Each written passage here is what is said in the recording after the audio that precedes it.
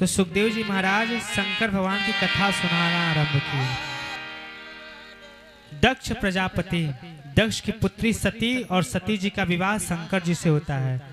दक्ष को ब्रह्मा जी प्रजापति के पद पर नियुक्त करते हैं और इससे दक्ष जी का अभिमान बढ़ जाता है। और क्या होता है, एक सभा में समस्त देवता बैठे हुए थे, ब्रह्मा विष्णु महेश समस्त देवता बैठे होते हैं। और उस सभा में जब दक्ष जी पधारते हैं तो सभी लोग उठ करके खड़े हो जाते हैं, बस 3 लोग नहीं उठते हैं। कौन कौन? ब्रह्मा विष्णु और महेश, यह 3 लोग नहीं उठते हैं। ब्रह्मा जी क्यों नहीं उठते हैं? ब्रह्मा जी दक्ष के पिता हैं। पुत्र कितना भी बड़ा पदवी पर चला जाए, पिता से कभी वह बड़ा नहीं हो सकता, पिता से सदा सर्वदा छोटा रहता है। तो इस कारण ब्रह्मा जी नहीं उठे। और विष्णु जी ब्रह्मा जी के भी पिता हैं, उनको भी उत्पन्न करने वाले हैं। परंतु दक्ष जी ने सोचा यह शंकर जी क्यों नहीं उठे, यह शंकर जी तो हमारे दामाद हैं, हम इनके ससुर हैं, हम इनसे पूज्य हैं, फिर यह क्यों नहीं उठे। और शंकर जी क्यों नहीं उठे? शंकर जी सबके हृदय में निवास करने वाले हैं, अंतर्यामी हैं, और वो सदा सर्वदा अपने भक्तों को ही आदर देते हैं। शंकर भगवान के भीतर अभिमान नहीं था। आपको बताएं कि जो एक बार राम, सीताराम या राधे श्याम एक बार भगवान का नाम लेता है तो शंकर भगवान उसे 3 बार प्रणाम करते हैं। एक बार जो भगवान का नाम लेता है, चाहे वो कोई भी हो, भगवान शंकर उसे 3 बार प्रणाम करते हैं। इतने दयालु हमारे भोले बाबा हैं। परंतु शंकर भगवान अभिमानियों के पास कभी नहीं जाते हैं। और शंकर भगवान जान गए थे दक्ष के भीतर अपने धन का अभिमान है, इसलिए शंकर भगवान नहीं उठे। और शंकर भगवान तो भाई सबके पिता हैं, परमेश्वर हैं, परंतु दक्ष अभिमानी इस बात को समझ नहीं पाया और लगा शंकर भगवान का अपमान करने।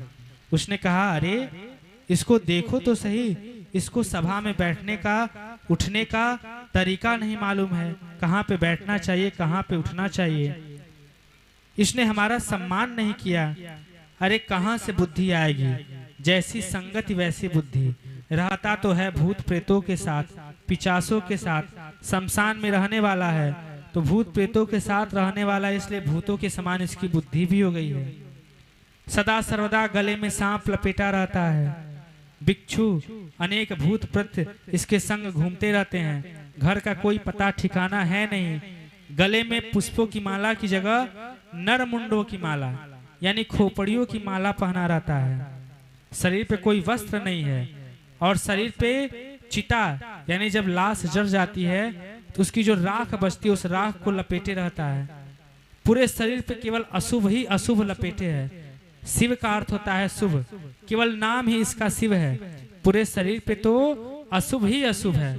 मैं तो अपनी पुत्री देना ही नहीं चाहता था, हमारी पुत्री राजघराने राजकुमारी थी, वो तो ब्रह्मा जी के कहने पे मैं दे दिया, मैं अपनी पुत्री इसको देना नहीं चाहता था। परंतु शंकर भगवान मुस्कुरा रहे हैं। और आपको एक बात बताएं, यदि आपका कोई अपमान कर रहा हो, आप चुपचाप से बैठ करके मुस्कुराएं तो उसका क्रोध और बढ़ जाता है। शंकर भगवान मुस्कुरा रहे हैं, दक्ष जी का क्रोध बढ़ते जा रहा है। इतना क्रोध बढ़ गया, इतना क्रोध बढ़ गया कि वह जल उठाएं और शंकर भगवान को श्राप दे दिए। श्राप क्या दे दिए कि जाइए, आज के बाद किसी भी यज्ञ में आपको कोई भाग नहीं मिलेगा। शंकर भगवान को श्राप दिए कि आज के बाद किसी भी यज्ञ में शंकर जी को कोई भाग नहीं मिलेगा। और जब दक्ष जी श्राप दिए तो जो शंकर भगवान के नंदी थे वह उनसे रहा नहीं गया। वह बोले, अच्छा तुम हमारे प्रभु को श्राप दिए हो तो जाओ, मैं तुम्हें श्राप दे रहा हूँ कि तुम और तुम्हारे अनुयायी जो ब्राह्मण हैं वह सब दरिद्र हो जाएं, वह सब दरिद्र हो जाएं, जीवन भर भीख मांगे और केवल कर्म कांड में ही लगे रहें, तत्व ज्ञान से विमुख हो जाएं। तब दक्ष जी के जो अनुयायी भृगु ऋषि थे वह शंकर भगवान के भक्तों को श्राप दे दिए कि जाओ, जो शंकर भगवान के जो अनुयायी हैं वह पाखंडी हो जाए। शंकर भगवान ने देखा यह तो सभा एक दूसरे को श्राप देने में ही लग जा रही है। शंकर भगवान अपने गढ़ों को उठाए और चुपचाप वहां से चल दिए और अपने कैलाश पर्वत पर आए। और वह दक्ष शंकर जी का अपमान करने के लिए 2 यज्ञ किया वाजपेय यज्ञ और बृहस्पति शव यज्ञ। पहले यज्ञ में भी उसने शंकर भगवान को नहीं बुलाया और न शंकर भगवान को कोई भाग दिया, और दूसरे यज्ञ में भी उसने यही किया।